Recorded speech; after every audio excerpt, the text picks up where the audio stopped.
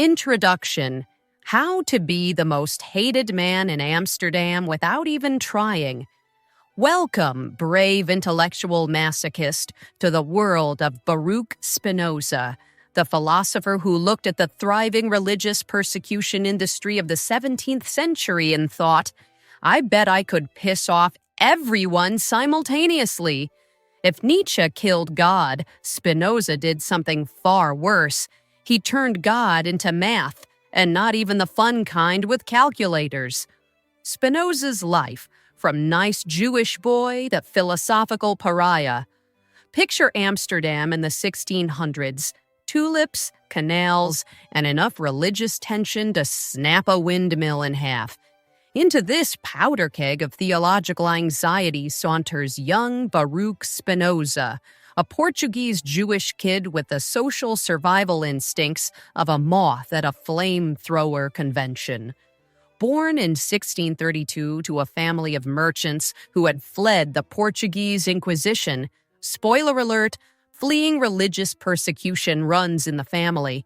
Spinoza might have lived a perfectly respectable life selling dried fruits and becoming everyone's favorite synagogue member. Sadly, for his social calendar, but luckily for philosophy, he decided thinking was more fun than being invited to dinner parties. By age 24, Spinoza achieved what most philosophers only dream of, getting formally kicked out of his entire religious community. The rabbis of Amsterdam issued an order of excommunication so nasty, it basically told everyone to treat him like he had the plague. Their official statement included gems like, "Cursed be he by day, and cursed be he by night," the 17th century equivalent of a social media cancellation, except with more eternal damnation and fewer emoji. His great crime? Suggesting that maybe, just maybe, God wasn't a moody sky daddy with human emotions. The Bible wasn't literally dictated by the divine, and, most scandalously, that God and nature were essentially the same thing. The rabbis responded to these ideas with all the calm, rational discourse of a cat being given a bath. After his excommunication, Spinoza did what any reasonable person would do, changed his name from Baruch to Benedict, moved to the suburbs, and took up lens grinding as a profession. Yes, lens grinding. Philosophy famously being a lucrative career path, he supported himself making telescope lenses while casually revolutionizing Western thought in his spare time. He died at age 44 from glass dust in his lungs, proving that even his cause of death had to be unnecessarily intellectual. The true miracle of Spinoza's life is that he managed to outrage literally everyone with religious sensibilities: Jews, Catholics, Protestants, even other philosophers, while being, by all accounts, a pretty chill dude who just wanted to think about substance and geometry. It's like watching someone accidentally set fire to an entire neighborhood while trying to make toast. Why should you care about some dead Dutch guy?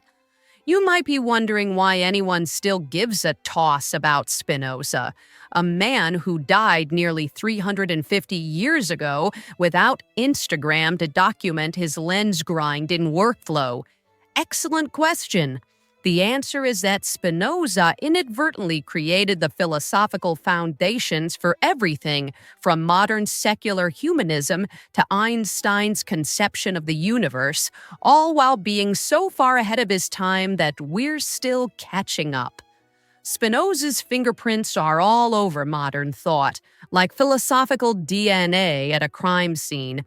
Einstein declared himself a believer in Spinoza's God, a God so impersonal and mathematical it makes the average calculator seem warm and fuzzy by comparison. His ideas about the unity of mind and body predicted aspects of modern neuroscience by about 3 centuries. His political writings advocated for democracy, freedom of expression, and separation of church and state when most of Europe was still arguing about which royal cousin should wear which fancy hat. But perhaps Spinoza's most impressive achievement was developing a complete philosophical system covering everything from metaphysics to ethics to politics that manages to be simultaneously atheistic and pantheistic, deterministic and empowering, rational and mystical. It's like he was playing philosophical Twister while everyone else was still figuring out tic-tac-toe. What makes Spinoza especially relevant today is that he was essentially trying to reconcile science and spirituality before either had fully developed into their modern forms.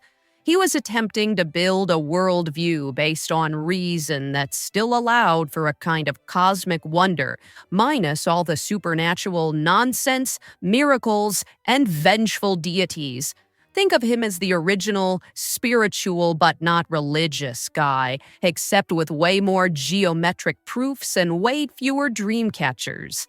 So grab your geometrically perfect reading glasses and prepare to meet the man who managed to be too Jewish for Christians, too Christian for Jews, and too rational for everyone. Spinoza making religious authorities uncomfortable since 1656.